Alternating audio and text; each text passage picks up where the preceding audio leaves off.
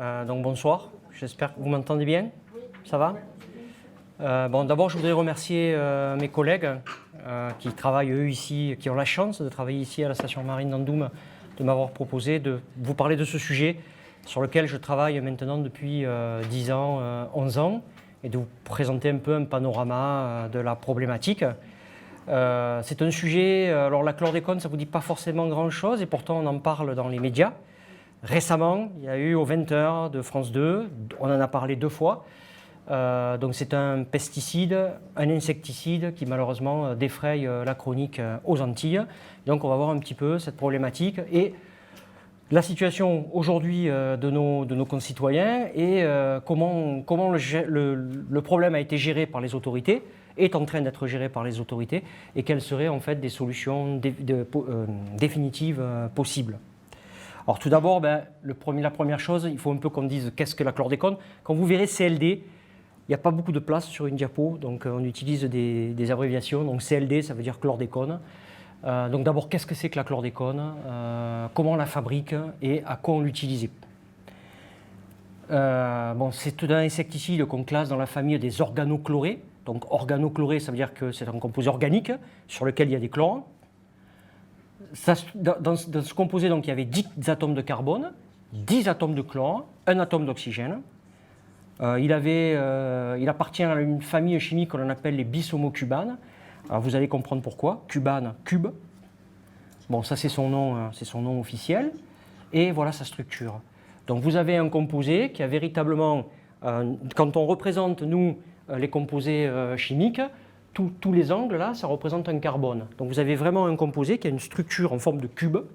Et ça, c'était quelque part un extraterrestre chimique. Les cubanes ont été synthétisés pour la première fois dans les années 50. Et à l'époque, on ne pensait pas qu'on pouvait obtenir des composés où pratiquement vous avez des angles de 90 degrés au niveau des liaisons entre les carbones et carbones. Donc ce composé, il a justement été synthétisé pour la première fois en 1951. Et il appartient à une famille que l'on appelle les cyclodiennes. Pourquoi? De pesticides, d'insecticides qu'on appelle les cyclodiennes, parce qu'ils sont tous fabriqués à partir de cette structure qui a 5 carbones, qu'on appelle l'hexachlorocyclopentadiène, donc qui a donné lieu à une famille de composés très importante, avec plusieurs pesticides, l'endrine, l'isodrine, l'heptachlore, la dieldrine, etc.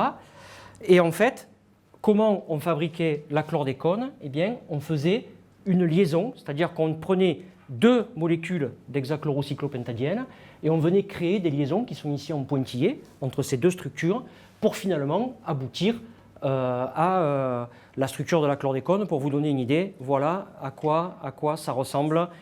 Si vous voulez, vous pouvez vous la faire passer. Bon, c'est un petit peu fragile, mais n'hésitez pas. Donc voilà, vraiment un cube, une structure tout à fait particulière.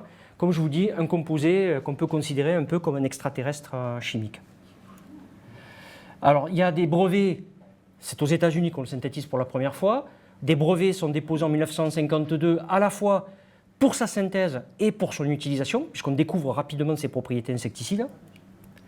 On le commercialise pour la première fois en 1958.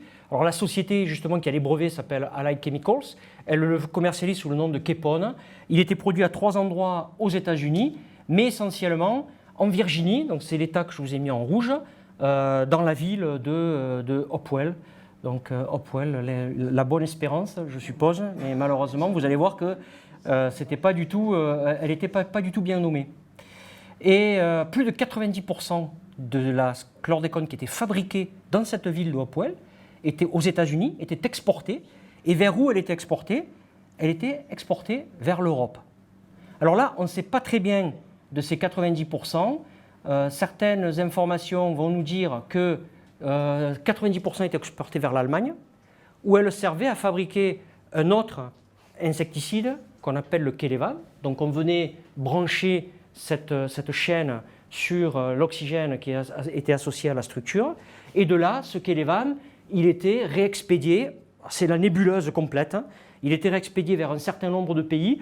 On sait avec certitude qu'il a été utilisé en Pologne, qu'il a été utilisé en Allemagne de l'Ouest et en Allemagne de l'Est. Son utilisation était autorisée en Russie, son utilisation était autorisée en Espagne. On trouve aussi une information qui nous dit qu'on a peut-être utilisé en Irlande.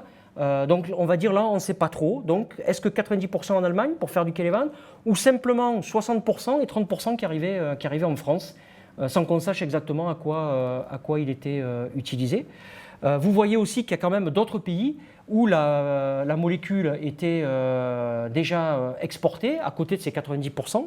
Donc déjà une utilisation dès cette époque au Cameroun, dans quelques îles des Caraïbes, déjà les Antilles françaises, la Jamaïque, Porto Rico, et puis certains pays d'Amérique centrale, le Panama, le Costa Rica. Aux États-Unis, il était utilisé, mais pas en agriculture, essentiellement, en tout cas pas en agriculture alimentaire, donc essentiellement dans des pièges. Bon, on verra tout à l'heure en fait à quoi il était utilisé essentiellement. Et puis là où il y a des pointillés, c'est peut-être des utilisations, mais on n'est pas tout à fait sûr que c'était le cas. Donc ça, il était utilisé principalement pour lutter contre les fourmis, contre les cafards. Ça, c'était dans les pièges qu'on avait à la maison. Donc certainement qu'à cette époque, il y en a eu aussi en France et dans d'autres pays d'Europe. On l'utilisait également donc en agriculture aux États-Unis pour lutter contre le taupin du tabac, mais pas en agriculture alimentaire. Bon, peut-être que les gens qui fumaient en inhalaient aussi. En Europe, le Kelevan était surtout utilisé pour lutter contre le doryphore de la pomme de terre. Et puis une utilisation, on va dire, celle qui malheureusement a entraîné les problèmes qu'on connaît aujourd'hui aux Antilles. Il était utilisé sous la forme d'une poudre à 5% pour lutter contre le charançon du bananier. Donc là, vous avez à quoi ressemble cet insecte. Et cet insecte, qu'est-ce qu'il fait? Eh bien, il vient pondre ses œufs dans le bulbe du bananier, où il donne naissance à des larves qui vont se développer en mangeant le bulbe du bananier et en faisant des galeries. Je suppose que vous avez déjà vu des régimes de bananes. C'est quelque chose qui fait plusieurs kilos. Donc vous imaginez que quand la base du bananier, qui fait quand même au moins 1,50 m, est pourrie, avec sous le poids du régime de bananes, le bananier a tendance à tomber avant que les bananes ne soient prêtes à être récoltées. Donc il y a des pertes importantes de culture, il y a un impact au niveau des rendements. Donc cette chlordécone qui était une poudre, qui est une poudre qui ressemble à de la farine, qui a un peu la couleur de la farine, en fait elle était épandue au pied des bananiers en forme de cercle, de façon à ce que le charançon qui venait s'approcher du bulbe du bananier la consomme et soit tué de manière assez rapide, donc n'ait pas le temps de pondre ses œufs. Il y a eu en fait une première crise sanitaire et environnementale qui a eu lieu directement sur le site de production. En fait, au niveau de l'usine qui fabriquait ce composé, il y a eu une épidémie de tremblements chez les ouvriers. C'est ce qu'on appelait chez eux, donc, puisqu'on le vendait sous le terme de Kepone, on a appelé ça le Kepone shaking. Donc les ouvriers avaient des tremblements qui étaient incontrôlés, des tremblements aussi au niveau des yeux, ils se sentaient mal, ils avaient des douleurs au niveau des articulations, des douleurs dans la poitrine. Fait que l'histoire d'un de ces ouvriers, qui est celui à partir duquel le poteau rose, on va dire, est sorti, il était tout content, il venait d'être embauché par cette entreprise qui le fabriquait, qui s'appelait Life Science. Il avait un meilleur salaire et en quelques semaines simplement, il est tombé malade parce qu'on les faisait travailler dans des conditions complètement inhumaines, sans respecter aucune règle d'hygiène et de sécurité. Donc ces ouvriers travaillaient dans une poussière de chlordécone. Il est allé voir son médecin, qui n'était pas le médecin du travail. Il lui a dit « Qu'est-ce que vous faites dans la vie ? Je travaille dans une boîte qui fabrique de la chlordécone. » Ah bon ? Et il a quand même eu l'idée de lui prendre un échantillon de sang et de l'envoyer à l'équivalent de l'Institut Pasteur qui s'appelle le Center of Disease Control à Atlanta, de façon à ce qu'on dose le produit qu'il fabriquait. Et là, aux surprises, quand il reçoit les résultats, eh bien, l'ouvrier, il avait de la chlordécone. ppm, ça veut dire partie par million, mais c'est l'équivalent de milligrammes par litre. Il avait de la chlordécone dans son sang à des niveaux de milligrammes par litre. Donc là, ils alertent les autorités sanitaires de l'État de Virginie et en moins d'une semaine, des décisions sont prises, on ferme l'usine. Et à partir de là, en fait, il va y avoir un énorme scandale qui va avoir lieu aux États-Unis. Donc ça, on parle de 1975, qui va avoir beaucoup d'échos dans la presse, au cours desquels on va aussi se rendre compte que malheureusement, il n'y a pas que la santé des ouvriers qui est affectée, mais il y a également tout l'environnement qui a été contaminé. Et je vais vous en dire quelques mots. Alors pour vous montrer par exemple cet article qui a été publié en 2005, mais qui faisait le bilan de tout ça, ça s'appelle Kepone, la fabrique à farine. Donc vous imaginez que les ouvriers qui travaillaient dans cette usine, ils avaient peut-être des bleus de travail, hein, comme les ouvriers, mais quand ils arrivaient à la maison, en fait, le bleu, il était plus bleu, il était blanc, parce qu'il était recouvert de la poussière de chlordécone qu'ils fabriquaient. Et bien entendu, qu'en emportant ça à la maison, il y avait aussi toute la famille qui était impactée. Les conséquences environnementales font que vont être tellement importantes que bien sûr, il va y avoir des procédures judiciaires. On a donc fermé l'entreprise. Et il va y avoir une amende qui va être mise par voie judiciaire au niveau de cette entreprise qui va être plus de 13 millions de dollars. Et c'est l'amende la plus élevée à cette époque pour des questions environnementales aux États-Unis. Derrière, il va aussi y avoir des procédures par rapport aux ouvriers qui ont été contaminés, bien sûr, et les montants vont être beaucoup plus importants. Mais en tout cas, sur un aspect purement environnemental, ça va être quelque chose de très important. Et aujourd'hui, les gens de cette génération qui ont connu cet événement se rappellent tous du scandale qui avait eu lieu aux États-Unis. Et donc, à côté des ouvriers, on découvre, comme je vous le disais, un désastre environnemental. C'est-à-dire que dans un rayon d'1 kilomètre autour de l'usine, on se rend compte que le sol il est contaminé à des niveaux de milligrammes par kilo. Et surtout, on se rend compte qu'à travers les eaux usées rejetées par cette entreprise, qui passaient dans la station d'épuration, mais la chlordécone n'était pas du tout dégradée dans la station d'épuration. Il déversait les eaux traitées arrivées dans la James River, qui est une rivière très très connue, qui arrive au niveau de la Chesapeake Bay. Et vous voyez en haut, à peu près, là c'est l'embouchure donc, de la rivière, vous avez ici à peu près, donc, sur 110 km, de la chlordécone. Donc ici, vous avez la concentration de chlordécone dans les sédiments. Et vous voyez en 1977 les concentrations qu'on pouvait observer en 1979. Donc pratiquement sur 110 km, ça représente à peu près 500 km², vous aviez les sédiments de la rivière qui étaient contaminés.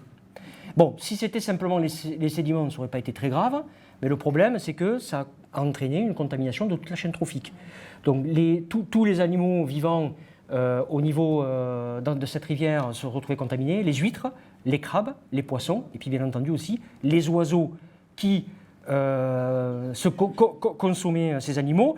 Et forcément, si l'homme arrivait à consommer certains de ces produits de la pêche, se trouvaient aussi contaminés.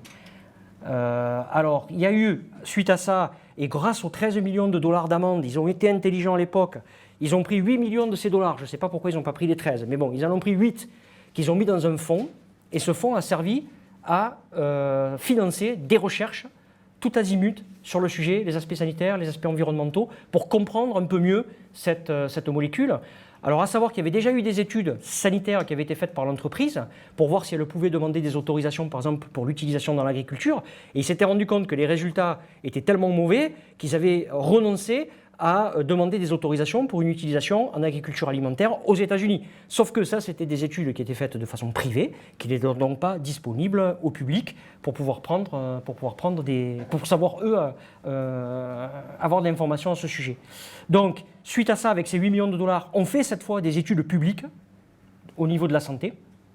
Et on s'aperçoit que, par exemple, les ouvriers, ils sont contaminés, donc ça va être un panel de gens qu'on va pouvoir étudier. Et on s'aperçoit que la plupart d'entre eux, c'était des hommes qui travaillaient à l'usine, sont devenus stériles. Ils produisaient plus de spermatozoïdes en quantité très faible, et les spermatozoïdes qu'ils produisaient n'étaient plus suffisamment mobiles, donc ils étaient devenus stériles. Heureusement, on les a suivis pendant 10 ans. Et il a été possible qu'une fois qu'ils n'étaient plus au contact de la chlordécone, au bout d'un certain temps, parfois des années, ils ont été capables de nouveau d'avoir des familles, d'enfanter. Donc on va dire que ce problème a été résolu. Mais à l'époque, il y avait ce problème sur la reproduction. Et aujourd'hui, on sait que malheureusement, il y a des effets épigénétiques. Et sur des populations de souris, on a montré que même à 3 générations, on pouvait encore avoir un impact sur la capacité reproductive des mâles. Les essais ont montré que quand on alimentait des animaux de laboratoire, des souris, des rats, on avait toute une série de cancers à certaines doses, donc on les alimentait pendant toute leur vie. Donc on s'est rendu compte qu'il y avait des cancers qui apparaissaient au niveau du foie, d'autres endroits. Donc on l'a classé dès cette époque comme cancérogène potentiel pour l'homme, puisque les essais bien sûr n'ont été faits que chez les animaux. Les ouvriers ont été suivis pendant 10 ans. Ça, c'était l'obligation légale de les suivre, puisqu'il y avait eu un problème de santé professionnelle. Malheureusement, on ne les a pas suivis plus loin. Mais bon, ils n'ont eu aussi qu'un contact, on va dire, relativement court avec la chlordécone, alors que les cancers se font plusieurs années plus tard. Et puis, on s'est rendu compte aussi que la chlordécone, c'est un perturbateur endocrinien grâce à tous ces essais. Donc, c'est quelque chose qui va perturber nos hormones, le fonctionnement normal. Et on sait aussi que ces impacts sont à des concentrations extrêmement faibles. Et toutes ces études ont permis également de mieux comprendre le métabolisme de la chlordécone dans le corps. Je ne vais pas vous le présenter dans le corps humain. Pour ceux que ça pourrait intéresser, j'ai une diapo à la fin. Mais on a aussi pu calculer la demi-vie, puisqu'on avait des ouvriers. Une fois qu'ils ont pu été, qu'on a fermé l'usine, qu'ils n'ont plus été au contact de la chlordécone, on a pu calculer la demi-vie de permanence de la chlordécone dans leur corps. La demi-vie, c'est quoi? C'est à un moment donné, on a une concentration. Combien de temps il faut pour que cette concentration soit divisée par 2? Et donc, on a vu que ça varie en fonction des individus et que ça allait de 4 à 6 mois. Donc, vous verrez, je réutiliserai cette information un peu plus tard. Donc, le corps humain a la capacité de détoxifier, d'évacuer la chlordécone au bout d'un certain temps. Les conséquences du désastre d'Hopewell, comme je vous disais, il y a eu une interdiction de pêche dans la rivière en fin 1975, qui a eu de graves conséquences économiques, parce qu'en fait c'était un endroit où il y avait de la pêche commerciale. Et donc il y a des gens qui ont vu leur activité économique ne plus pouvoir être réalisée. De 1977 à 1978, il y a une interdiction progressive de la production et de l'utilisation de la chlordécone aux États-Unis. Il y avait des stocks. Donc tout ce qui était de la chlordécone dans des pièges, on a considéré qu'il n'y avait pas de contact direct, l'homme n'était pas en contact direct, donc les risques n'étaient pas très importants. Donc on a continué à utiliser ces stocks. Donc c'est qu'en 1978 que véritablement, aux États-Unis, on interdit à la fois la production, l'utilisation de ça. Des stocks de chlordécone, d'ailleurs, ont aussi des déchets contenant de la chlordécone ont aussi été envoyés, ça semble assez incroyable, en Allemagne pour être stockés dans une mine de sel qui stocke des déchets. Aujourd'hui, quand on demande à cette mine où sont ces déchets, ils sont incapables de vous répondre, alors que théoriquement tout est bien répertorié, de façon, par exemple, qu'on puisse aller récupérer des déchets. Un jour, ils peuvent avoir une valeur économique. Aujourd'hui, cette entreprise vous répond qu'elle n'est pas capable de les retrouver. Et puis, puisqu'il n'y a plus de production aux États-Unis, malheureusement, les producteurs français de bananes, ils avaient déjà testé ce composé, ils étaient très intéressés par que ce composé continue à être disponible. Et donc, ils se sont arrangés pour que, en fait, une usine, puisque celle des États-Unis était fermée, qu'une usine la fabrique jusqu'en 1991 au Brésil. Et en fait, la totalité de cette production était envoyée en France. Donc, la matière active était envoyée en France, où on fabriquait le produit, on l'a dilué dans du talc, donc le produit final qui était utilisé dans les bananeraies. Alors ce produit qu'on appelait la Curlone, comme je vous disais, donc il était envoyé, on en a fabriqué à peu près 200 tonnes, donc il était envoyé en France, et de France, la plus grande partie repartait vers les Antilles françaises, mais également, parce que c'est les mêmes propriétaires qui ont des bananeraies en Afrique, une partie, quand même non négligeable, allait de nouveau au Cameroun, mais aussi à un nouveau marché, la Côte d'Ivoire. Alors aux États-Unis, quand ils se sont rendus compte que la James River était contaminée, finalement le kilomètre autour de l'usine en elle-même, la décontaminer, c'est pas trop difficile. On démonte l'usine, on met les produits dans une décharge pour produits toxiques, ça on sait faire. Les sols contaminés, on peut les décaper, la partie supérieure, 1 km, c'est finalement pas si important que ça on peut le gérer. Par contre, 110 km de sédiments contaminés sur la James River, c'est beaucoup plus difficile. Alors, qu'est-ce qu'ils avaient envisagé? Ils avaient envisagé toutes sortes de méthodes pour décontaminer ces sédiments, utiliser du soufre fondu pour stabiliser les sédiments, mettre dans les sédiments des matériaux qui auraient absorbé la chlordécone et qu'ils auraient pu récupérer. La solution la plus simple, on va draguer tous les sédiments contaminés. Et puis derrière, on les stockera quelque part. Sauf que quand ils se sont amusés à calculer combien coûteraient ces différentes options, ils se sont rendus compte que ça aurait un coût économique beaucoup trop important. Alors en fait, à l'époque, je disais que simplement le dragage coûtait 3 milliards. L'option la moins chère, mais je pense que c'est le dragage, coûtait 3 milliards de dollars à cette époque. Donc c'est déjà des sommes, on va dire, considérables. Et surtout, il y a aussi un coût environnemental. Draguer les sédiments sur 110 km de la rivière, forcément, ça va impacter tout l'écosystème. Donc, le coût à la fois économique mais environnemental était beaucoup trop élevé. Alors, qu'est-ce qu'ils ont décidé de faire? En fait, ils ont décidé de laisser faire la nature. Parce que c'était un endroit où, à partir du moment où j'ai arrêté l'apport de chlordécone dans la rivière, parce que j'ai arrêté le fonctionnement de l'usine, il n'y a plus d'apport de chlordécone. Par contre, s'il y a des sédiments, c'est qu'il y a des phénomènes de sédimentation dans la rivière, à partir de sédiments qui ne sont pas contaminés. Donc je peux imaginer qu'au bout d'un certain temps, je vais tout simplement enterrer mes sédiments contaminés dans des sédiments propres, et je vais donc casser le transfert dans la chaîne trophique, puisque finalement, la plupart des organismes ils vont quand même être dans la partie superficielle du sédiment. Ceux qui consomment les organismes qu'on appelle benthiques dans notre jargon, donc qui sont au niveau du sédiment, qui sont eux dans la colonne d'eau, ben, ils ne seront plus au contact, puisqu'ils mangeront des organismes qui vivent dans du sédiment propre.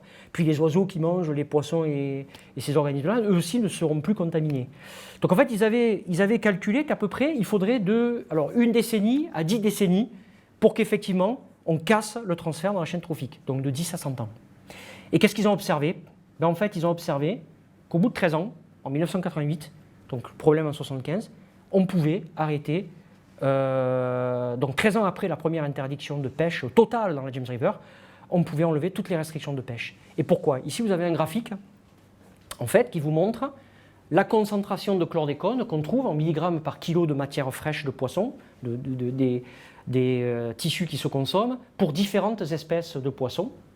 Donc qu'est-ce qu'on voit? C'est qu'en 1975, donc ça ce sont les concentrations, vous avez les années en haut, on voit effectivement qu'en 1975, tous les poissons, alors ça en fait, ils avaient défini aux États-Unis que lorsque les poissons contenaient moins de 0,3 mg de chlordécone par kilo de matière qui se consomme, de matière fraîche qui se consomme, on pouvait considérer que le poisson était consommable. Donc il n'y avait pas de danger pour la santé. On s'aperçoit ici que pour toutes les espèces, excepté peut-être la truite de mer, on était limite que pratiquement pour toutes les espèces, on dépassait cette limite de façon astronomique. Par contre, on voit effectivement qu'au cours du temps, la concentration dans les poissons de toutes les espèces qui étaient pêchées dans cette zone diminue, et que, effectivement, en 87-89, donc qui correspond à ici, dans la plupart des cas, on est bien passé en dessous de ces niveaux, et donc on peut permettre à nouveau la commercialisation. Alors, comment on en arrive maintenant aux Antilles? Bon, vous avez vu que la chlordécone a été utilisée pour les bananeraies. Alors, pour ceux d'entre vous qui n'arriveraient pas très bien à localiser où se trouve la Martinique et la Guadeloupe, c'était peut-être un peu mon cas il y a quelques années. Donc ici, vous avez la map monde, on est aux Amériques, on est dans la partie qui se trouve en dessous du golfe du Mexique. Vous avez ici le Yucatan, et puis tout un chapelet d'îles qui partent du Yucatan et qui descendent jusqu'au Venezuela, avec les grandes Antilles, Cuba, Haïti, la République dominicaine, Porto Rico, et puis tout un petit chapelet d'îles qu'on appelle donc les petites Antilles. La Martinique et la Guadeloupe se trouvent là. Ce sont donc de toutes petites îles, des petits territoires. Regardez les surfaces, 1600 km² pour la Guadeloupe, 1100 km² pour la Martinique, 70 km de long sur 30 de large à peu près. Donc des tout petits territoires. La population aujourd'hui est légèrement inférieure à 400 000 habitants. Et c'est le deuxième producteur européen de bananes derrière l'Espagne qui produit ses bananes aux îles Canaries, donc climat tropical aussi. Et la production en 2016, je crois qu'elle a un peu baissé depuis, était de l'ordre de 250 000 tonnes par an, dont les 3/4 en fait pour la Martinique. Alors en fait, quand on regarde un petit peu, rappel, donc en fait la chlordécone, on l'a utilisée en bananerie de 1972 à 1973, et aux Antilles, à 1993. Donc en fait, elle a été interdite à partir de 1991, mais là encore, on a écoulé les stocks jusqu'en 1993. Et on a à peu près utilisé 300 tonnes. Alors, tout à l'heure, je n'ai pas beaucoup insisté là-dessus. On a donc produit 1600 tonnes aux États-Unis, 200 tonnes au Brésil, 1800 tonnes, 300 tonnes, ça fait un sixième. Donc on est allé épandre un sixième de toute la chlordécone jamais produite dans le monde sur deux petits territoires qui font moins de 3000 km², et en réalité, on les a épandus sur 20 000 hectares. Donc vous imaginez en fait la pression. Donc par exemple le Kélévan dont je vous parlais tout à l'heure, qu'on a pu épandre sur des champs de pommes de terre en Europe, probablement qu'on n'a pas eu cette pression aussi importante. Donc là vraiment de tout petits territoires et de très grandes quantités de produits qui ont été apportés. Alors aujourd'hui on est en 1999, donc je pense que j'ai mal fait mes calculs, on est 27 ans plus tard. Qu'est-ce qui se passe aujourd'hui aux Antilles? Tout d'abord, la chlordécone, vous vous rappelez, on l'a appliquée au pied du bananier. On faisait un cercle autour du bananier. Là, vous avez une carte de la contamination des sols de Martinique. Les couleurs indiquent l'intensité en fait, de la contamination. Rouge, c'est plus contaminé, et puis au fur et à mesure, on descend. Donc aujourd'hui, eh bien, malheureusement, la chlordécone, elle est encore présente dans les sols. Donc 27 ans après, quand on va dans des sols où il y a eu des bananeraies, où on a appliqué de la chlordécone, on fait des mesures, et il y a de grandes chances qu'on trouve encore de la chlordécone dans ces sols. Si la chlordécone était restée là, ça ne serait pas trop grave, mais malheureusement, quand on fait des cultures, des bananeraies ont été converties en d'autres productions, les bananes, ironie du sort, ne sont pas contaminées, donc on peut continuer à produire de la banane sur des sols contaminés. Le fruit, la chlordécone va rester piégée dans le tronc du bananier, n'arrivera pas jusqu'à la banane, donc vous pouvez continuer à consommer les bananes qui viennent des Antilles.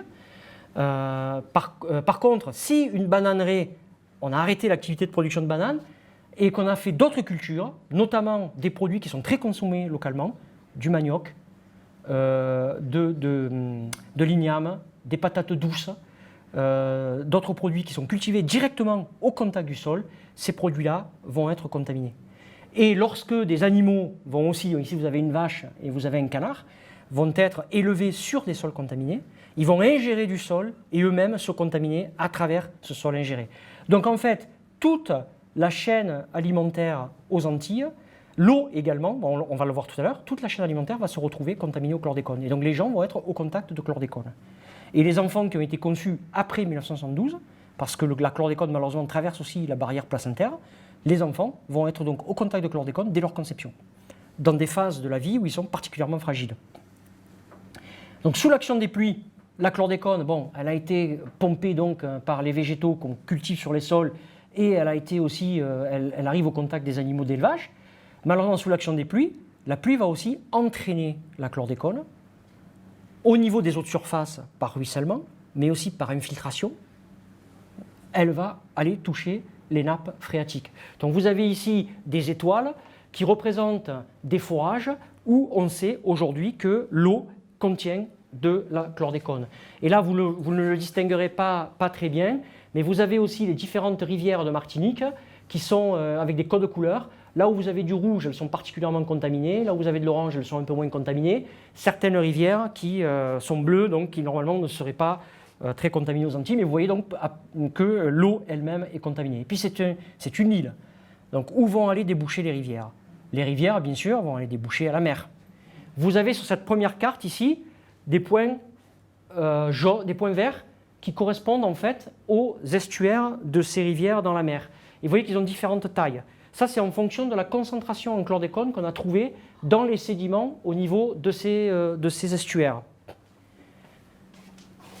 Et forcément, si ça arrive dans la mer, ça veut dire qu'il peut y avoir aussi les sédiments marins, l'eau de mer qui en contient. Et, ah oui, alors pardon, ce que je voulais vous dire pour les eaux d'eau douce, c'est que forcément, ça va impacter aussi les ressources qu'on utilise pour faire de l'eau potable. Donc à un moment donné, tant qu'on n'agissait pas, les gens recevaient à la maison de l'eau qui avait été potabilisée, mais qui malheureusement contenait de la chlordécone. Et donc, quand ça arrive au niveau de la mer, ça, bien entendu, va se traduire par la contamination, en fait, et aussi dans les rivières. Ça va se traduire par la contamination de toute la faune qui se trouve dans ces zones et qui rentre dans l'alimentation des Antillais. Donc ici en violet, vous avez toutes les zones où aujourd'hui on sait que les poissons, les ressources halieutiques sont contaminées.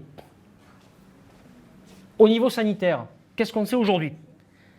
Les dernières études nous montrent qu'on peut détecter de la chlordécone, donc on prend des échantillons de la population, on ne peut pas, ça serait beaucoup trop cher. Une analyse de chlordécone, ça coûte 80 €, vous multipliez par 400 000, vous voyez un peu ce que ça peut représenter en chiffres. Donc on prend des échantillons de la population, mais des échantillons qui sont représentatifs, et puis on mesure la chlordécone sur ces populations, et aujourd'hui, donc en 2014, il y a un rapport, 2015 plutôt, il y a un rapport qui est sorti, les études, elles ont été faites en 2014, qui montre qu'on peut détecter de la chlordécone dans à peu près 89 à 92% de la population qui a été, de l'échantillon qui a été testé. Des chercheurs de l'INSERM ont mis en évidence qu'au-delà d'une certaine concentration de chlordécone, il y a un risque accru de faire un cancer de la prostate. Alors tout ça, ça a été un peu mis comment dire, notre président, lorsqu'il a reçu, au moment de ses réunions, a reçu les élus des Antilles, a mis un petit peu en doute le fait que le caractère cancérogène de la chlordécone ait été prouvé. Bon, ça a fait encore un tollé. Et puis, il y a des études, mais c'est vrai que moi, je ne travaille pas dans le domaine de la santé. Il y a des choses, on se dit, on n'arrive pas forcément très bien à comprendre. Il y a des premières études. Ils ont fait des cohortes. Donc, de la même façon que le risque accru du cancer de la prostate, c'est une étude Caru-Prostate, où il y a eu une cohorte avec des gens qu'on savait qui n'avaient pas de cancer, des gens qui avaient du cancer. Et on a regardé dans ces populations quelles étaient les concentrations de chlordécone qu'ils avaient, de façon à pouvoir les comparer, pouvoir voir s'il y avait des risques. Ils ont suivi en fait des enfants, il y a donc une cohorte qui s'appelle Timoun. Timoun, ça veut dire enfant en créole, guadeloupéen je crois. Donc depuis en fait que les mamans étaient enceintes, on a suivi ces mamans au moment de donner la vie, et puis ces enfants sont suivis. Donc aujourd'hui ils doivent avoir 12 ou 13 ans, voire plus, et à différentes périodes de la vie on leur a fait toute une série de tests. Et donc au bout de 7 à 8 mois, je crois, si je ne dis pas de bêtises, on a fait des tests pour voir un peu leur développement moteur, leur développement cognitif, et on s'est rendu compte qu'apparemment il y avait un impact. Mais les résultats ne semblent pas avoir été confirmés à des âges plus élevés. Il y a aussi un papier qui est sorti qui parle de naissance prématurée. Mais dans le papier, on dit aussi que les enfants naissent avec 7 jours d'avance sur le terme normal. Je ne sais pas si on peut vraiment parler de prématuré dans ce cas, mais les médecins qui ont publié ces papiers, eux, vous jurent par leur grand Dieu que oui, il y a ce genre de problème. Donc il y a quand même des conséquences. Aujourd'hui, on ne sait pas tout, mais il y a quand même des conséquences. Et la population, forcément, en voyant ces chiffres et ces informations, a très peur. Donc ça, c'est la situation. Pour combien de temps elle est là, cette contamination? Donc il y a un chercheur en 2009, qui malheureusement nous a quittés, M. Kabidosh, qui avait fait un modèle. Si dans les sols antillais, aujourd'hui, il n'y a absolument aucun mécanisme de dégradation de la chlordécone. Qu'est-ce qui se passe si le seul mécanisme en jeu qui permette en fait d'éliminer la chlordécone des sols, c'est la pluie. Donc la pluie tombe sur les sols, elle se charge un petit peu en chlordécone, donc forcément, elle en emporte, elle en exporte un peu du sol. Donc combien de temps il faudrait pour que finalement toute la chlordécone soit exportée du sol? Donc là, il y a 3 types de sols principaux aux Antilles qui ont été contaminés. Ce sont des sols volcaniques qu'on appelle endosol, ferralsol, nitisol. Et ici, sur ce graphique, vous avez la concentration en chlordécone calculée dans ces sols en fonction des années. Donc de 1950 jusqu'en 2750. Donc forcément, au début, on commence à l'utiliser en 1972. Donc forcément au début, la concentration en chlordécone augmente dans les sols, c'est logique, tous les ans, tous les 6 mois on en apporte, jusqu'à atteindre un pic qui correspond à 1993 où on a arrêté d'utiliser la chlordécone. Et puis ils regardent sous l'action des pluies, en considérant bien sûr la pluviométrie annuelle normale qu'on trouve dans ces différents types de sols, parce qu'ils ne sont pas forcément aux mêmes altitudes, donc il n'y a pas forcément la même pluviométrie. Ils regardent comment la chlordécone va petit à petit, la concentration en chlordécone va petit à petit diminuer dans ces sols.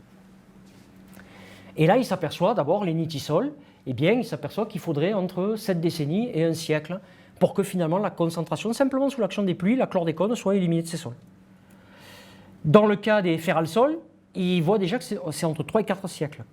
Et dans le cas des endosols, qui représentent par exemple en Martinique au moins 50% des surfaces qui à une certaine époque étaient cultivées en banane, il faudra de 5 à 7 siècles. Donc ça c'est les chiffres. S'il n'y a aucun autre mécanisme de dégradation qui soit par voie biologique ou par voie abiotique, on dit, donc sans intervention de biologie, il faudrait ces temps-là. Donc vraiment, on a une contamination qui est là pour très longtemps. Donc, en tout cas, c'est une contamination qu'il va falloir gérer. Suite à ces résultats, en 2009, il y a une convention qui s'appelle la Convention de Stockholm, qui dépend de l'ONU, si je ne dis pas de bêtises, où tous les États se mettent autour de la table, discutent, et il y a certaines composés qui sont considérés maintenant extrêmement dangereux, et que donc, à l'échelle mondiale, il faut interdire leur production, leur utilisation, ou en tout cas les restreindre énormément à des usages pour lesquels on n'a pas d'alternative. Donc en 2009, tous ces États se réunissent et ils décident qu'il faut à tout prix interdire justement la production et l'utilisation de chlordécone. Donc elle est vraiment reconnue comme une molécule très dangereuse qu'il faut bannir de la surface de la planète. Donc, comment gérer et quelles solutions on peut apporter à ce problème de chlordécone aux Antilles? D'abord, il faut gérer le problème. Alors, pour le gérer, ça veut dire quoi? La chlordécone, on l'a mise au niveau des sols. Des sols, elle passe à l'eau, elle passe aux cultures. Des cultures, bien sûr, aux animaux qui peuvent consommer les plantes qui sont sur ces sols, mais qui peuvent aussi consommer directement du sol, qui peuvent consommer l'eau d'ailleurs, là il n'y a pas de lien. Toute la faune aquatique, là il en manque un. Il faut donc aussi casser tous ces trucs pour éviter que des aliments contaminés n'arrivent à l'assiette du consommateur, à l'assiette du citoyen. Et donc qu'est-ce qu'on peut faire pour faire ça? Alors je vous dis qu'il y avait même donc, les gens recevaient la chlordécone au niveau des robinets, de l'eau potable. Alors qu'est-ce qu'on peut faire déjà pour l'eau potable? Pour l'eau potable, immédiatement, dans les usines de potabilisation des eaux, on a mis en place des filtres sur charbon actif qui vont absorber la chlordécone. Donc au départ, on a de l'eau qui contient de la chlordécone. Une fois qu'on l'a filtrée sur ce charbon actif, il n'y a plus de chlordécone, la chlordécone est passée sur le charbon actif. Sauf que bien sûr, c'est un simple transfert de la pollution sur une phase solide. Après, on se retrouve avec un charbon actif contaminé. Et ce charbon actif, il va falloir le remplacer, parce qu'il a une capacité d'absorption maximale. Donc au bout d'un certain temps, si déjà on n'a pas un suivi très rigoureux de l'eau qui sort de ce filtre, on peut se retrouver, et ça a été le cas il y a quelques mois, avec une eau qui finalement, les filtres ils n'ont pas été changés à temps, et donc la chlordécone elle n'est plus retenue, et donc les gens se retrouvent avec de la chlordécone au niveau du robinet. Donc il faut déjà faire un suivi très fin, et puis ce charbon actif avec la chlordécone, il faut qu'on l'élimine de façon appropriée. Il faut qu'on le régénère, donc par exemple en le brûlant à de très hautes températures, pour ne pas générer, donc à plus de 1000 degrés, pour ne pas générer de produits toxiques par dégradation partielle de la chlordécone. Mais aujourd'hui, malheureusement, sur place en tout cas, les volumes générés ne sont pas suffisants, donc on n'a pas vraiment de technique. Jusqu'en 2013, il était mis en décharge en Martinique, dans une décharge qui n'était pas une décharge pour produits toxiques. Bon, depuis 2013, c'est arrêté, donc aujourd'hui on n'a pas de solution, mais on a des collègues de l'Université des Antilles qui cherchent des méthodes pour pouvoir régénérer. Donc aujourd'hui, ces charbons actifs contaminés, ils sont stockés et envoyés en métropole où ils sont traités. Malheureusement, je ne peux pas vous dire exactement comment. Donc pour l'eau potable, c'est finalement assez facile à gérer. Pour tout ce qui est les produits de la pêche, que ce soit en eau douce ou en eau de mer, tout simplement, on va mettre des interdictions de pêche. Alors des interdictions de pêche, ici, alors oui, et on peut aussi fermer, il y avait aussi des fermes aquacoles sur place, parce que les Antillais sont très friands, c'est très bon d'ailleurs, des fricassés de Wassou qui sont des crevettes d'eau douce. Et donc il y avait plusieurs fermes aquacoles qui produisaient ces Wassous sur place. Et donc on se retrouve, comme ces Wassous sont contaminés, parce qu'en plus les crustacés vont être des animaux qui vont se contaminer très fortement, beaucoup accumuler la chlordécone, même quand elle est présente à de très faibles concentrations dans l'eau. Donc on va interdire la pêche et fermer les fermes aquacoles. Alors aujourd'hui, ça se traduit comment? On a déjà vu cette carte.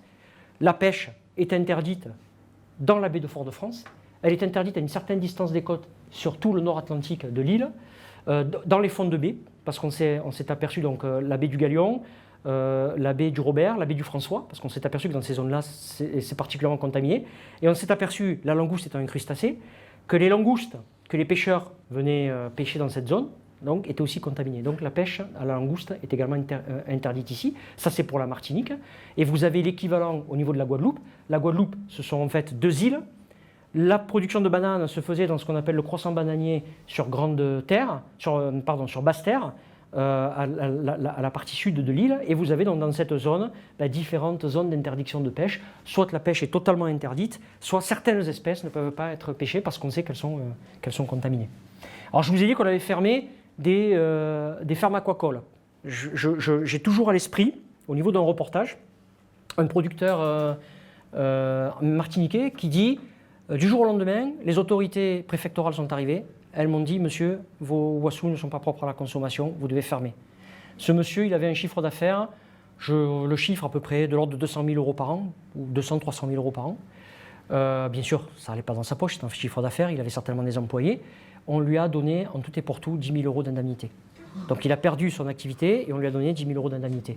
Au niveau des pêcheurs, eh bien, la pêche en Martinique et en Guadeloupe est essentiellement une pêche artisanale. Les gens ont des petits bateaux, ne peuvent pas aller pêcher vraiment au large. Donc aujourd'hui, il y a 40% des pêcheurs aussi qui ne peuvent plus faire leur activité. Donc il y a normalement des systèmes qui sont mis en place. Les plus âgés, on va les orienter vers la retraite.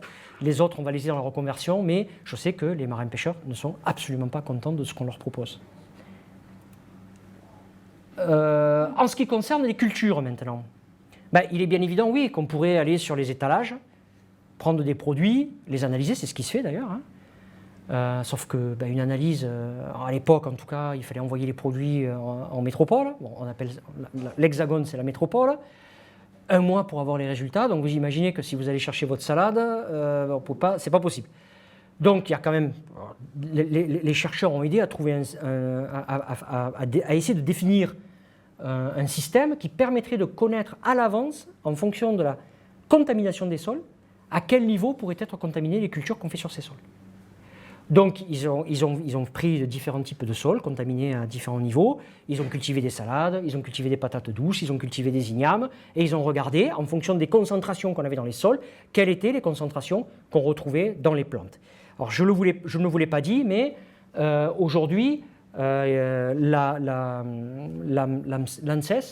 donc l'Agence nationale de sécurité, je ne sais plus ce que veut dire le reste, a défini en fait une limite maximale de résidus autorisés dans les produits qui est de l'ordre de 20 microgrammes par kilo de pois frais. C'est valable à la fois pour les végétaux et pour les matières animales, à partir de laquelle on considère que si les produits ont moins de 20 microgrammes par kilo de pois frais, ingérer ces produits, normalement, n'entraîne pas de problème pour la santé.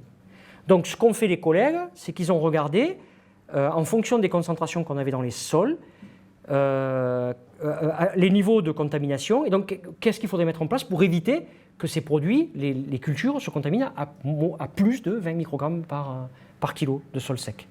Et donc, en fait, ils ont défini un référentiel où on sait aujourd'hui que si dans les sols, il y a moins de 0,1 mg de chlordécone par kilo de sol, pris en matière sèche, on est sûr qu'on peut faire toutes sortes, qu'on peut tout cultiver, et qu'aucun des produits ne contiendra plus de 20 microgrammes de chlordécone par kilo de pois frais.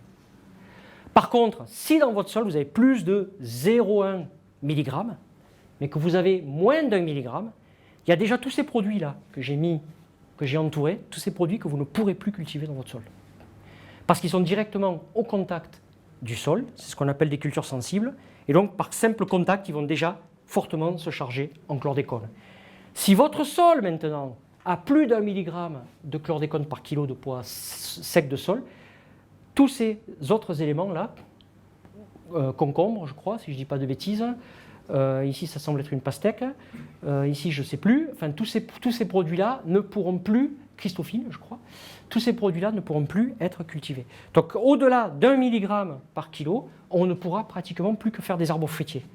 Pourquoi ? Parce que la chlordécone va rester piégée en fait dans la partie ligneuse, où il n'y a pas de partie ligneuse dans le bananier puisque c'est une herbe géante, mais ça va rester piégé et les fruits sont suffisamment loin du sol pour que la chlordécone reste piégée et n'arrive pas jusqu'aux fruits. Donc forcément, ça aussi, ça va avoir des conséquences. C'est-à-dire qu'aujourd'hui, toutes les personnes qui veulent faire une nouvelle production sur un sol anciennement cultivé en banane, voire même sur des sols qui n'étaient pas cultivés, va devoir faire des analyses de sol pour qu'on l'autorise à faire certaines cultures ou pas. Donc ça limite effectivement les capacités des producteurs. On peut aussi envisager, et il y a des choses qui se mettent en place, est-ce qu'on ne pourrait pas changer, ne plus utiliser les sols qui sont très contaminés pour faire des cultures alimentaires, mais pour faire par exemple des cultures énergétiques. Donc il y avait un projet qui avait pour but de faire de la canne à sucre, mais plus pour faire du sucre. Donc pas d'utiliser des cannes très riches en sucre, mais d'utiliser des cannes très riches en fibres pour faire de la cogénération électrique. Donc il y a déjà de la cogénération qui se fait par exemple en Guadeloupe. Donc cultiver ces champs avec de la canne, mais pour aller la brûler, pas pour la mettre dans le circuit de production de sucre. Entre parenthèses, le sucre, lui, n'est pas contaminé. La chlordécone qui peut être présente dans les pieds de canne va rester piégée dans les produits qui n'arrivent pas jusqu'au sucre. Donc là aussi, vous pouvez acheter du sucre des Antilles, vous n'en aurez pas. Alors on peut aussi envisager, c'est ce qu'ont fait certains agriculteurs, c'est de faire des cultures en hydroponie, c'est-à-dire hors sol, sur leur propre surface. Mais bon, bien sûr, ça demande des investissements, ça entraîne des contraintes. Alors il y a des collègues, notamment à l'IMBE, qui lui ont travaillé, est-ce qu'on ne pourrait pas diminuer les transferts de la chlordécone du sol vers l'eau et les plantes? On sait que la chlordécone a beaucoup d'affinité pour la matière organique. Donc est-ce qu'on ne pourrait pas rajouter du compost, par exemple, dans ces sols, de façon à ce que, au lieu de passer dans les plantes et d'être transféré vers les nappes phréatiques ou les eaux de surface, ça retienne finalement la chlordécone dans les sols. Donc c'est toujours quelque chose qui est en évaluation, mais les premiers travaux étaient très prometteurs. Donc là, vous avez les concentrations de chlordécone qu'on trouve dans des radis, la partie qu'on consomme. Ici, c'est la concentration en chlordécone par kilo de matière fraîche. Et ici, vous avez le sol, donc le même type de sol. On n'a pas rajouté de compost. Donc on a une quantité effectivement très importante de chlordécone qui est passée dans le radis. Mais quand on a rajouté 5% de ce compost par kilo de sol, on s'aperçoit qu'effectivement les transferts sont réduits de manière très importante. Donc ça pourrait être une façon de gérer le problème. Sauf qu'aujourd'hui, ça fait pourtant, vous voyez, ce travail il a été publié en 2012, on est en 2019. On ne sait toujours pas, est-ce que le compost qu'on aura rajouté dans les sols, il va quand même un peu se dégrader. Pendant combien de temps est-ce qu'il va conserver sa capacité à retenir la chlordécone dans les sols? C'est ce que le collègue appelle la séquestration de la chlordécone. Donc ça, on n'a pas toujours, mais c'est quand même une piste aussi qui pourrait être appliquée. Et puis, on avait la contamination des animaux d'élevage. Qu'est-ce qu'on peut faire pour la contamination des animaux d'élevage? Ça, c'est un problème. On sait qu'ils se contaminent essentiellement par ingestion de sol. Même une vache qui paie, on sait qu'elle va ingérer une certaine quantité de sol, en même temps que l'herbe qu'elle consomme.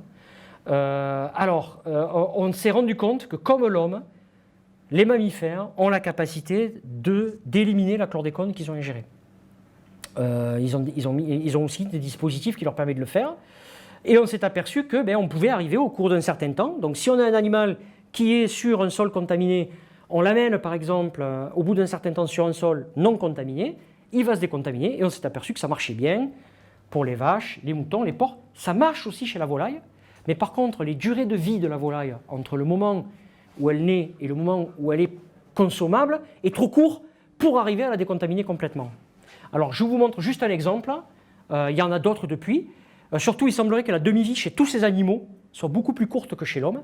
Chez l'homme, rappelez-vous, je vous ai parlé de 4 mois à 6 mois, en fait ça fait 60 jours à 160 jours. Chez eux, on parlerait d'une vingtaine de jours au niveau de la demi-vie. Donc ce serait beaucoup plus rapide que chez l'homme. Et donc ici, vous avez des vaches qui ont été élevées, ou des bœufs, qui ont été élevés sur un sol contaminé, et on a prélevé leur sang, et on a mesuré la concentration de chlordécone dans leur sang. Et puis ces vaches-là, il y a eu des accords avec, alors ça c'était des vaches qui étaient probablement élevées alors c'était en Guadeloupe je crois, donc qui étaient élevées dans une zone contaminée. Il y a eu des accords avec des producteurs qui eux ont des terrains non contaminés. On les a mis à paître sur ces terrains et on a suivi comment évoluait la concentration en chlordécone au cours du temps dans leur sang. Et on s'aperçoit qu'effectivement, lorsqu'elles sont sur un sol où il n'y a plus de chlordécone, elles se décontaminent, mais on voit quand même qu'il faut des temps assez importants pour avoir effectivement des niveaux qui ne sont plus du tout détectables dans le sang. Donc on parle quand même, vous voyez, de 200 jours, 300 jours, donc pratiquement une année. Mais donc c'est une voie qu'on peut envisager. Et sinon, eh bien, c'est élever les animaux en stabulation ou éviter pour les volailles, on peut les élever hors sol. Alors aujourd'hui, par exemple, ce qu'on disait, si vous avez un jardin, je ne sais pas si on le disait tout à l'heure ou si c'était juste avec certaines personnes, qui est contaminé, que vous élevez des poulets, malheureusement vos poulets ont de très grandes probabilités d'être contaminés, la chlordécone va se concentrer dans les œufs, mais aujourd'hui par exemple dans les élevages industriels qui existent en Martinique et en Guadeloupe, les poulets et les œufs ne sont pas contaminés parce qu'on leur donne, d'abord ils ne sont pas au contact du sol, puisque c'est des élevages malheureusement en batterie, et on leur donne à manger une alimentation qui est importée. Donc en tout cas, voilà, il vaut mieux finalement consommer ce genre de produit que le produit qu'on ferait chez soi. Alors, est-ce que toutes ces mesures, elles ont été efficaces? Il y a des études qui ont été faites, plusieurs cohortes, on en a parlé de certaines. La première, c'était la cohorte hibiscus, la cohorte caruprostate pour étudier l'impact de la chlordécone sur le risque de faire un cancer de la prostate. La cohorte Timoun, les enfants qu'on suit, et la dernière étude, l'étude Canary, qui a montré que donc il y avait environ 90% de la population chez qui on pouvait détecter de la chlordécone. Donc on s'aperçoit, la médiane, la concentration de chlordécone qu'on trouve dans 50% de la population. Donc on voit au cours du temps, donc là c'était en 2003, 2004 à 2007, la même période, et là c'était donc 2013-2014. Et on s'aperçoit que la concentration médiane, elle a tendance quand même à diminuer depuis 2003, c'est-à-dire depuis qu'on a mis en place tous ces éléments de contrôle, d'autorisation de mise en culture, d'interdiction de pêche, etc. On s'aperçoit qu'elle a quand même tendance à diminuer. Par contre, ce qui est quand même alarmant, c'est que les concentrations maximales qu'on trouve chez les individus les plus contaminés, apparemment, sauf peut-être ce chiffre-là de pratiquement 49 microgrammes par litre, elles n'ont pas baissé. Donc ça, c'est quand même un petit peu alarmant, mais on aurait l'impression qu'il y aurait quand même un effet positif. Alors si on regarde maintenant ce que je vous disais, la demi-vie dans le sang, elle est à peu près de 160 jours. Et il faut à peu près 5 demi-vies pour que 95% du stock de chlordécone qu'on a dans le corps soit éliminé. Donc si on fait les calculs, simplement, 160 jours, je multiplie par 5, il faut à peu près 2 ans et 3 mois. Donc si aujourd'hui je suis blindé de chlordécone, je pars de Martinique, je viens vivre en métropole, il va me falloir à peu près 2 ans et 3 mois pour que mon stock de chlordécone soit complètement éliminé. Alors si on prend aussi ce temps et on regarde par rapport à ces chiffres, donc je viens en 2007, je suis contaminé à 0,6 microgrammes par litre. Eh bien, il faudra que j'attende 2010 pour avoir moins de 0,03 microgrammes par litre dans mon sang. Donc là, c'est effectivement les mêmes chiffres, sauf que c'est un peu plus bas. Là, c'est 0,02. Et si on regarde aujourd'hui, donc en 2010, en théorie, si je ne suis plus du tout au contact de chlordécone, c'est les chiffres que je devrais avoir dans mon sang. Si on regarde, la médiane, elle est de 0,12. Donc, en fait, c'est des chiffres qui sont plus bas parce qu'entre-temps, ils ont été capables d'avoir des seuils de détection beaucoup plus importants. Mais donc, il faut quand même donc, des temps considérables. Et ce que je vous disais, donc, aujourd'hui, malheureusement, on la détecte encore donc, en Guadeloupe chez 92% des gens, en Martinique chez 89% des gens.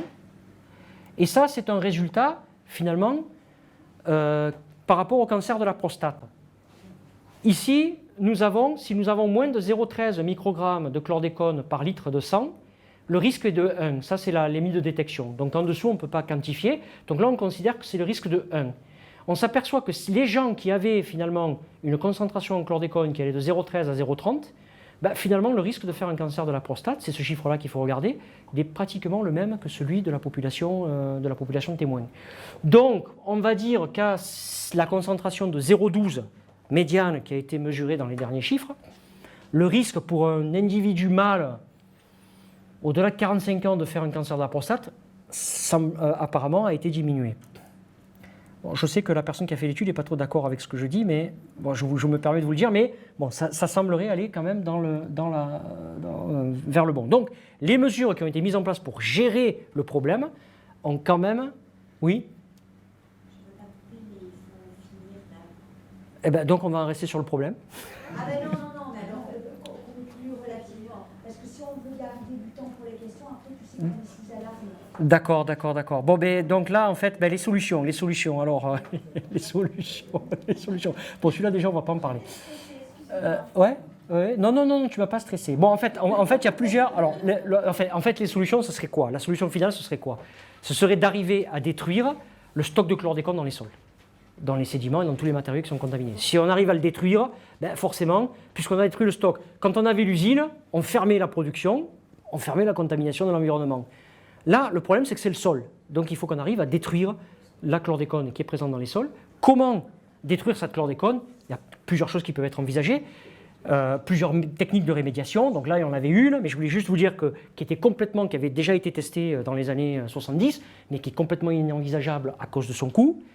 Et puis, il y avait une autre technique qui consiste, qu'on appelle donc l'ISCR, pour son nom en anglais, réduction chimique in situ, qui consiste à ajouter de la limaille de fer dans le sol, une limaille qui est une poudre de fer, plus de la paille de luzerne, ajouter de l'eau jusqu'à saturation, de faire des cycles où on n'a pas d'oxygène et des cycles où on a de l'oxygène, et que ça nous avait donné, alors là je vais vous montrer un petit peu comment on le faisait. Ce qui est bien, c'est que c'est quelque chose qui peut être appliqué in situ. On a 20 000 hectares qui sont contaminés, donc on ne pourra pas faire de l'excavation. L'autre technique, elle était très chère parce qu'en plus, il fallait excaver le sol. On ne peut pas faire d'excavation sur 20 000 hectares, ce n'est pas possible. Donc il faut que ça puisse quelque chose qu'on puisse appliquer sur place, c'est pour ça qu'on dit in situ, sur place. Donc c'est une technique qui permettait finalement d'utiliser simplement des techniques proches des techniques agricoles. Bon voilà, je vais vous montrer dans les différents, voilà, des appareils, il faut simplement arroser. Ça avait déjà été appliqué sur des zones contaminées par d'autres organochlorés. Et ce qui était très intéressant, c'est que c'est une technique qui permettait, on l'a vu, d'éliminer à peu près 70% de la chlordécone présent. On a vu qu'il y avait 3 types de sols principaux contaminés, dans l'indisol et le ferralsol, mais que c'était très peu efficace pour traiter les endosols qui représentent en Martinique, je vous rappelle, 50% des surfaces contaminées. Et j'allais derrière vous dire que malheureusement, c'est très cher. Ça coûte 19 € du mètre carré. Donc 19 € du mètre carré, ça fait 190 000 € de l'hectare. Ça fait 3,8 milliards pour traiter les 20 000 hectares qu'on a. Et tout ça, c'est essentiellement lié au fer, à l'émail de fer qu'on est obligé d'importer et qui n'est pas donné. Donc c'est malheureusement quelque chose qui ne peut pas être généralisé, qui ne peut pas être appliqué de manière à grande échelle. La phytorémédiation, je crois que ça va aller plus vite. La phytorémédiation, il y a plusieurs mécanismes, entre autres la phytoextraction. Donc je mets une plante et j'espère que cette plante, eh bien, elle va absorber la chlordécone et donc je vais donc retirer la chlordécone qui est dans les sols. Alors déjà, il n'y avait pas de très bons éléments parce qu'on s'était déjà rendu compte qu'avec les plantes alimentaires, donc les dachines, etc., elles hyper-accumulaient pas la chlordécone, donc ce n'était pas un bon indicateur. Et le premier test qui a été fait, en fait, avec une plante qui est utilisée en phytorémédiation, qui est du genre Miscanthus, vous avez des résultats ici. Quand on la cultive sur un sol qui contient 1 mg de chlordécone par kilo, elle est capable, à partir du matériel aérien qu'on va exporter après chaque cycle de culture, elle est capable, par an, d'éliminer à peu près 1 gramme de chlordécone par hectare et par an. Sauf que si vous regardez ce sol, s'il est contaminé sur 30 cm, dans le sol, il y a un stock de 3000 grammes par hectare. Donc vous avez 3000 grammes par hectare et elle est capable d'éliminer 1 gramme. Donc vous voyez bien qu'il va falloir 3000 cycles culturaux, donc ça veut dire qu'il va falloir 3000 ans. Et puis de toute façon, vous allez générer un matériel végétal qui est contaminé, qu'il va falloir gérer lui aussi. Donc c'est pas une solution envisageable. C'est pas une solution envisageable. Donc tout ça, c'est pas des... Et alors la dégradation microbienne, ça c'est le secteur sur lequel je travaille. Donc on va voir si je vais pas... Alors là, je crois qu'il y a trop d'infos là. Mais donc c'était pas quelque chose qui semblait envisageable. Regardons juste simplement ça. Le monsieur qui a fait ses essais de lixiviation, qui nous a dit qu'il allait falloir pour certains types de sols de 5 à 7 siècles, il concluait que en fait il se passait rien dans les sols. Donc il n'y avait pas de dégradation. Alors on va aller... Donc en fait, il y avait aussi des essais qui avaient été faits, je passe, qui nous montrent en fait que, quelles que soient les conditions environnementales qu'on a, les concentrations de chlordécone dans des sédiments ne changent pas. Je ne vous la commente pas. Enfin bon, tout ça c'était pour dire que en fait, les indicateurs étaient, il n'y a pas de dégradation microbienne aujourd'hui dans les sols antillais. Pourquoi il n'y a pas de dégradation microbienne? Est-ce que ça pourrait être lié à la structure chimique de la chlordécone? Non, mais je crois que je ne vais pas... Non, je suis obligé de vous en dire trop. Donc, sa structure chimique, vous l'avez vu, c'est un composé qui est complexe. Donc, elle a une structure en cage. Elle a en plus des propriétés. La structure, vous l'avez peut-être promenée. Donc, les enzymes des micro-organismes, il y a beaucoup de chlore autour. Ils ne vont pas avoir accès aux liaisons. Ils ne vont pas pouvoir venir les casser. Donc, ça va être difficile. Les micro-organismes, pour vivre, ils ont besoin d'eau. Or, c'est un composé qui est peu soluble dans l'eau, qui a une forte hydrophobicité, c'est un corrélaire. Donc, c'est un composé qui est difficile à biodégrader biologiquement. On le sait déjà, ça ne va pas être facile. Donc, nous avons fait une étude. Donc, les gens pensaient que la structure est indestructible. Nous avons fait une étude. Envisageant plusieurs réactions, et on s'est posé la question, est-ce qu'elles sont possibles de façon théorique?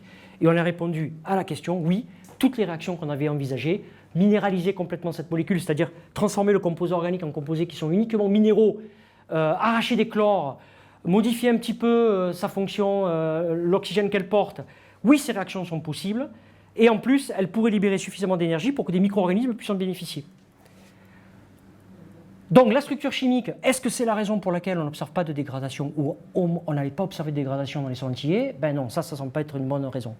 Maintenant, c'est pas parce que la structure n'est pas biodégradable c'est pas parce que la structure est biodégradable que forcément il va y avoir biodégradation. Pour qu'il y ait biodégradation, il faut qu'il y ait des micro-organismes dans le sol. Donc peut-être que dans les sols antillais, il n'y a malheureusement pas de micro-organismes qui sont capables de faire le travail.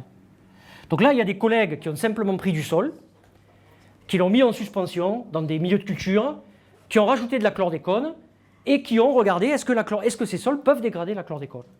Et là, ils se sont aperçus que pour les 3 types de sols contaminés dont je vous ai parlé. Donc ça, c'est le temps zéro. C'est des chromatogrammes. On a notre chlordécone qui sort ici. Au bout de 18 jours, qu'est-ce qu'on observe dans ces conditions? Eh bien, on observe que, rappelez-vous, à 22 minutes, vous avez la chlordécone qui sort, donc par ici, et vous n'avez pratiquement plus de chlordécone, vous n'avez que des petits pics ici, et un autre composé qui est apparu. Donc la chlordécone a été éliminée et un autre composé est apparu, et au bout de 60 jours, on n'a plus du tout le pic de chlordécone qui apparaît ici, et on n'a plus que ce composé qui a été formé. Donc oui, dans les sols, nous avons des micro-organismes qui sont capables de dégrader la chlordécone, et ça, c'est un élément très important. Donc, c'est faux, les sols contiennent des bactéries capables de faire le travail.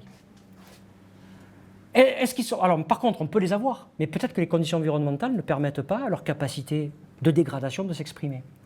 Et donc, effectivement, bon, je vous déploie tout, on a des sols où on a beaucoup d'oxygène, et il faudrait qu'il n'y ait pas d'oxygène pour que ces micro-organismes-là puissent faire leur travail. On ne va pas rentrer dans les détails.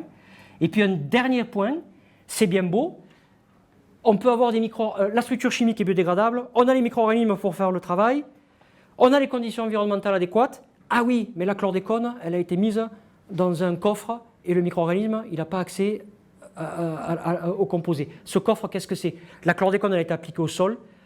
La chlordécone a pu s'absorber sur les argiles, sur la matière organique qui est présente dans ces sols, et n'être plus disponible. C'est pour ça, par exemple, que dans les endosols, on est capable que d'éliminer, par le procédé dont je vous ai parlé avec le fer, on est capable que d'éliminer 20% de la chlordécone présente. Elle n'est pas disponible au traitement. Donc ça reste malheureusement une question à poser. Alors en fait, on sait aujourd'hui qu'il y a déjà des produits de dégradation dans les sols entiers. En fait, tout simplement, on a pris les différents types de sols et on a regardé, est-ce que les produits qu'on sait être formés par des cultures microbiennes, est-ce qu'on les observe déjà dans les sols, en faisant des extractions directes? Et oui, on les a observés. Donc, il y a un processus qui a lieu, mais qui certainement est très faible, parce que pour que la dégradation puisse avoir lieu, il ne faut pas d'oxygène. On a des sols où il y a de l'oxygène, et donc on peut avoir dans ces sols des petits environnements qu'on appelle des micro-niches, où les réactions peuvent avoir lieu, donc on peut effectivement avoir ces produits formés, mais ils représentent qu'une très faible proportion du volume total. Donc les conclusions, voilà, on arrive aux conclusions. Alors il y a quand même des bonnes nouvelles.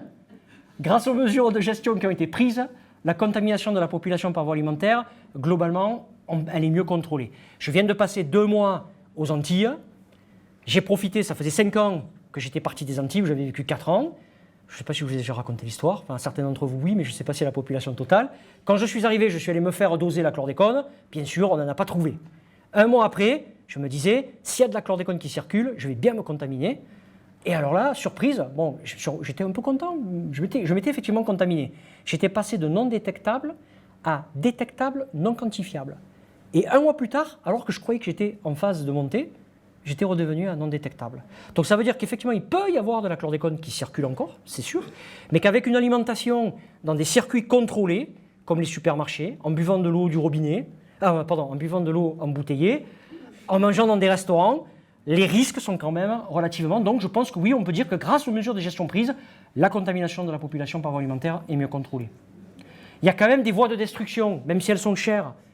L'ISR, le fer dont je vous ai parlé, la limitation des transferts grâce à l'ajout de compost, qui ont donné des résultats qui sont prometteurs. Les moins bonnes nouvelles, ce sont tous les problèmes économiques qui sont liés notamment aux marins-pêcheurs qui ne peuvent plus faire leur activité. La recherche, il faut continuer, il faut qu'on comprenne mieux comment la chlordécone passe des sols à l'eau de surface, aux eaux souterraines, comment elle contamine à la mer, comment elle contamine les organismes qui vivent dans ces environnements-là pour les contrôler. La recherche sur la biodégradation, en fait, elle est encore que balbutiante. On ne sait pas aujourd'hui comment décontaminer un sol en utilisant des micro-organismes. Donc l'enjeu, c'est de trouver des méthodes pour rendre ces sols sans oxygène, alors que naturellement, il y a de l'oxygène. Bon, il faut aussi qu'on ait des produits, bon ça c'est pas très important, il faut aussi qu'on ait, aujourd'hui le problème aussi c'est qu'on ne peut pas trouver commercialement les produits qu'on sait être formés par dégradation de la chlordécone. Donc comment les suivre dans l'environnement si on ne les a pas comme standard pour pouvoir les suivre, pour pouvoir les quantifier, donc, etc., etc. Et je dis souvent aux personnes que la pollution elle est là pour des siècles, Il faudra donc peut-être plusieurs générations de chercheurs pour trouver des solutions. Donc c'est peut-être pas les chercheurs de ma génération, il faudra peut-être y aller, mais on est encore dans la course, puisque si effectivement on en a pour 7 siècles, il ne faut surtout pas en tout cas que nos autorités disent « bon ben tant pis, il y en a pour 7 siècles, on ne peut rien faire, en plus ça coûte trop cher », et dire ben alors on arrête de faire de la recherche. Parce que c'est sûr que si on arrête de faire de la recherche, on ne trouvera rien. Voilà, je vous remercie. Donc oui, il y a des micro-organismes, oui, c'est possible de faire ça. Ici, vous avez des photos de toutes personnes avec lesquelles j'ai collaboré ou je continue à collaborer, qui travaillent sur ce sujet. Ici, vous avez des collègues de l'IMBE, il me manque une photo que je n'avais pas, qui travaillent sur la toxicité de la chlordécone, et David, lui, qui travaille sur essayer d'enlever la chlordécone de l'eau qui pourrait rester dans le robinet quand les personnes reçoivent de l'eau potable chez eux. Bon, si vous voulez en savoir plus et vous parlez anglais, vous pouvez voir ça. Et puis là, bon, pour ceux qui voudraient voir quelques images enfin de la Martinique. Et ici, nos collègues qui travaillent sur les hydres d'eau douce. Voilà, des hydres d'eau douce qui proviennent de Martinique. Et je vous remercie pour votre attention.